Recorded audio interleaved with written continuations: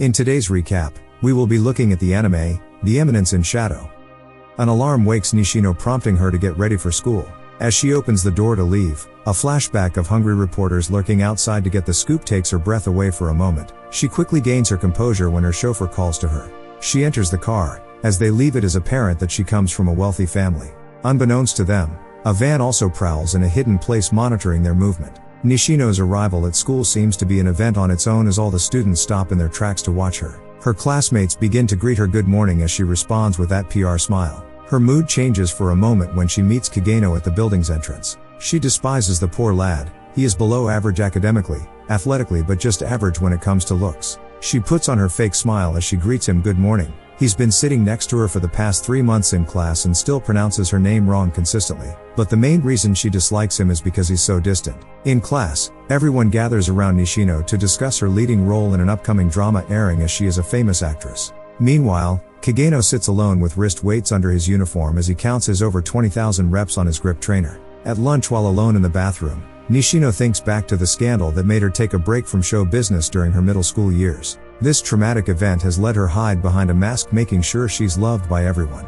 Because of her busy schedule, she sometimes stays back for makeup lessons. Coincidentally, on one such day, Kageno was also asked to remain in order to tally up the answers for a school survey. Night falls and Nishino finishes her lesson, so she calls her chauffeur to alert him. But he's unable to pick because he's been ambushed by the people in the suspicious van. After waiting a while, she decides to walk home alone, but she is a little on edge as it's the first time she has walked home since the incident. She gets a bit startled when she hears some footsteps, but is relieved to see no one there. When she turns to carry on her journey home, the actress is blocked by the chauffeur's attackers and kidnapped. Just as she passes out, she sees Kageno in the shadows calmly watching. Nishino wakes up bound and gagged in an abandoned building. Her kidnappers alert her to be a good girl and sit tight. A ransom note has been sent to her dad. As soon as they get the money, she will be free.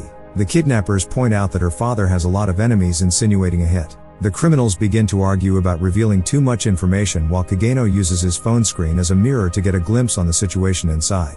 After doing so, he removes his wrist weights like Rock Lee did against Gaara, then proceeds to unzip his school bag, revealing some vigilante equipment. Back inside, one of the kidnappers gets bored, so begins harassing the actress. Kageno drops down from the building skylight in style before things get out of hand. He introduces himself as the stylish ruffian Slayer. The harasser pulls out a gun to shoot him, but he counters by throwing a shard of glass at his hand, making him drop the weapon. As he stumbles back from the pain, Kageno closes the distance and tackles him to the floor. He then knocks him out with a heavy stamp to the head. The remaining kidnapper is impressed with Kageno's fighting level, so he drops his gun in favor for a knife in order to test his skills against the stylish ruffian Slayer. He reveals that he's an ex-army personnel and was getting bored with these kiddie abductions, which didn't give him the opportunity to let loose. Kageno also gets excited since he has always wanted to fight a military man. He attacks with his knife and cuts him a little. Stylish ruffian Slayer blocks his subsequent attacks with his dual-wield crowbar. He first uses them like tonfa batons to disarm the military man, but kidnapper man uses his greater power to knock him back with a flurry of punches.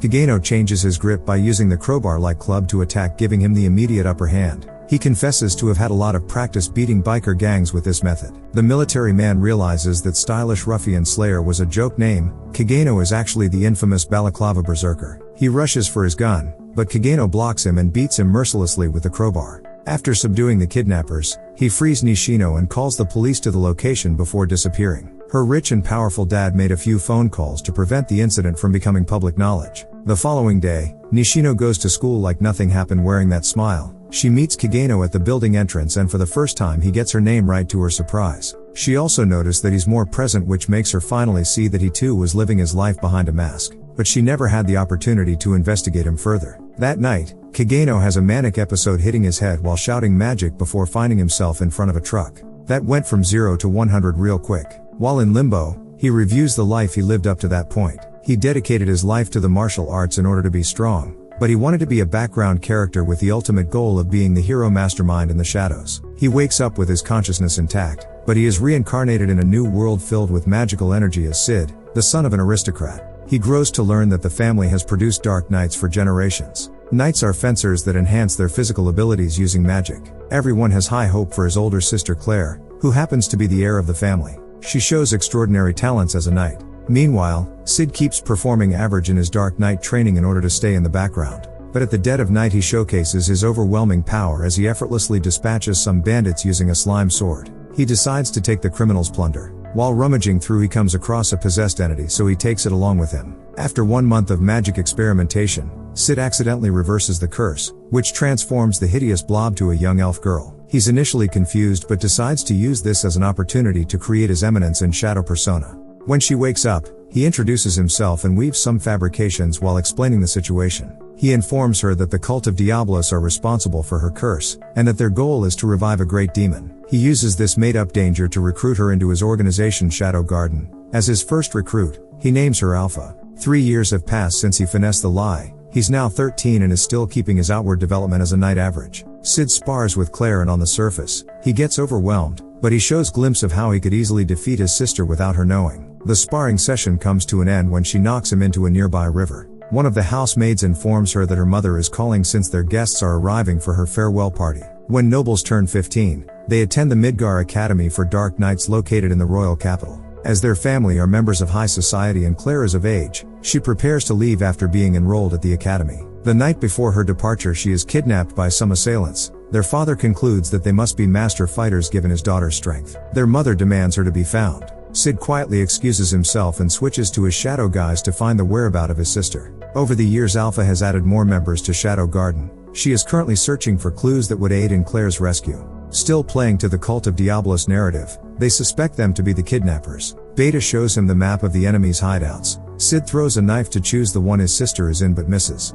Beta is confused at first but plays along. After looking at the evidence it seems like there is a secret hideout at the mistake location he indicated. He orders her to contact the rest of the group because they will execute the rescue that night. Meanwhile at the hideout, Claire has been locked up using sealing magic chains but still manages to evade an attack from Viscount Grease. She explains to her captor that it's her brother that indirectly taught her that a lot can be done with little magic. When the kidnapper threatens to target him next, she loses it and breaks out of her chains, but he manages to knock her out before she can do any damage. One of Grease's subordinates alerts him that intruders have infiltrated their hideout. The 7 members of Shadow Garden are ripping through their ranks. The Viscount can hardly believe it as he rushes to the scene since some of his knights are good enough to be in the Royal Guard. When the girls mention the cult of Diablos, he is surprised they know about it, which hints to its actual existence. Grease engages Alpha in combat and gets easily overwhelmed. He takes a strange pill that increases his power. This allows him to knock Alpha back. He uses the opportunity to escape to the lower level. The girls decide not to pursue him. Alpha reveals that Grease is heading straight to Shadow. The girls think that Shadow anticipated Grease's split from them, when in reality he actually got lost, but with his luck, Grease runs straight into him and they engage in combat. The Viscount is no match for him as he gets overwhelmed to the point that Shadow starts giving him combat lessons mid-flight. An exhausted Grease warns Shadow of the darkness of the world as memories of the events leading to his daughter's death plays in his mind. Shadow smirks before stating he wants all the smoke. The Viscount takes all the pills in the bottle and becomes jacked.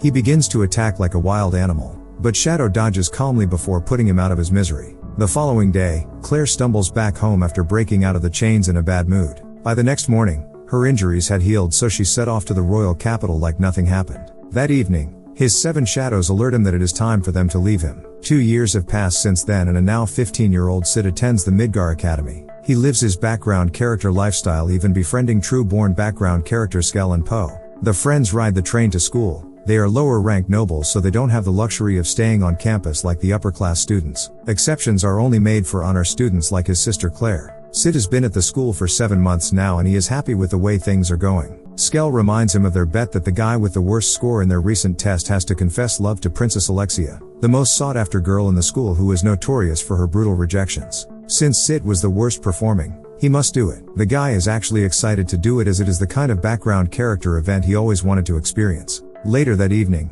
Sid gets Alexia alone. While his friends watch, he gives the most background character-like love confession. She reveals that she's been waiting for someone like him. The following day, the school's eyes is now on Sid, the exact opposite of what he wants. The students are dumbfounded as to how such an average guy bagged a princess of the country. Obviously, he has some haters now from the guys that missed out. Things get even more bizarre when Alexia joins them for lunch. Her maid serves the food. Sid tries to use this as an opportunity to get dumped, but she rather asks him to join her Royal Bushin fencing class even though he's in the lowest group. She pulls some strings to get him moved up. The class is led by Mr. Xenon, who happens to be an official royal fencing instructor. Sid practices with the princess and notices how textbook her technique is. At the end of the lesson, the real reason that Alexia decided to accept his proposal becomes apparent when she interacts with the instructor. Mr. Xenon has been betrothed to her, but she wants to rebel against the decision. Dating Sid is a protest. As soon as he understands the situation, he excuses himself, hoping to blend into the background till main character tier event blows over. The couple later meet up to discuss the situation.